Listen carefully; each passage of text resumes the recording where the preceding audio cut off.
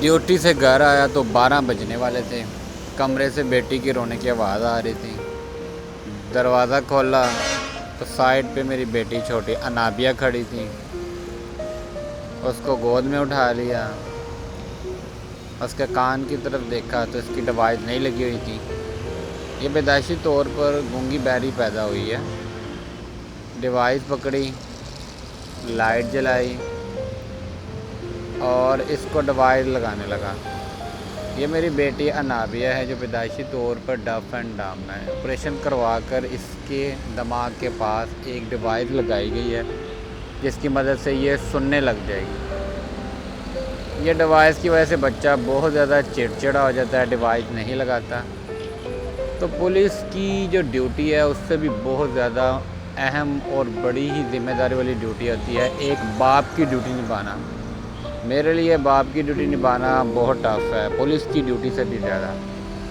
کسی طرح بیٹی کو پیار سے اپنے گلے لگایا، اس کا موڈ کچھ ٹھیک کیا، پھر اس کے کان پر ڈیوائس لگانے کی کوشش کی، کیونکہ اس ڈیوائس سے بچی چڑچڑی ہو جاتی ہے، کبھی اس نے آواز سنی نہیں ہوتی، آوازیں سن کے وہ پریشان ہوتی ہے، ڈیوائس اتارنے کی کوشش کرتی رہتی ہے۔ آخرکار مجبوری ہے، باپ کی ذمہ داری نبھانا ایک بہت ہی ٹف جاب ہے، پولیس کی جاب سے کئی درجے زیادہ ہے۔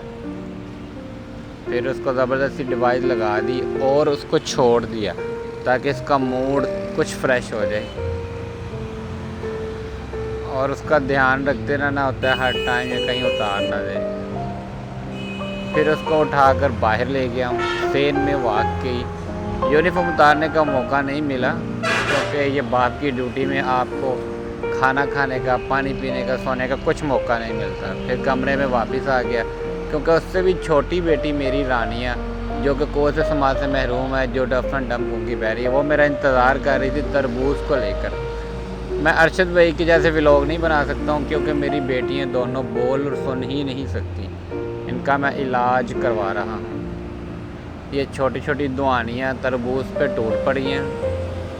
اب میں ان کو بائٹ دے رہا ہوں۔ پہلی بائٹ میں نے انابیہ کو دی کیونکہ اس کا موڈ بڑا اپسیٹ ہے، اس کا آپریشن ہوا ہے، اور اس کے بعد دوسری بائٹ دی اپنی بیٹی رانیہ کو۔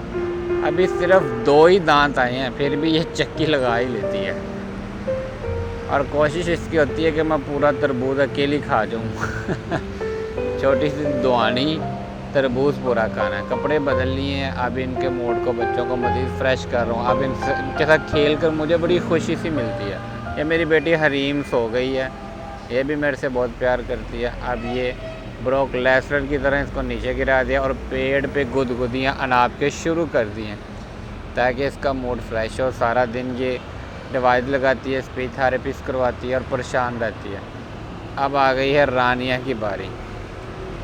ان کے پیٹ پہ گدگدی کر کے مجھے بڑی خوشی سی ملتی ہے، مجھے اپنا بچپن یاد آتا ہے، جیسے میرے بچپن پہ میری والدہ، میرے والد صاحب مجھے کرتے تھے، اور بچہ بڑا خوش ہوتا ہے اور بڑی ہی ایک اطمینان والی وہ مسکراہٹ آپ کو دیتا ہے۔ انابیہ بھی خوش اور رانیہ بھی خوش اور ان کا ابو بھی خوش، کیونکہ یہ ڈیوٹی ٹف تو ہے لیکن یہ کرنے کا مزہ بھی اپنا ہے۔ اس کے ساتھ کھیلنے میں میرا بڑا ہی ٹائم صرف ہوتا ہے اور مجھے بڑا اچھا لگتا ہے۔ اب چونکہ سارے فریش ہیں اور سونے کے لیے ہم لیٹیں گے۔ اللہ حافظ اب تک کے لیے۔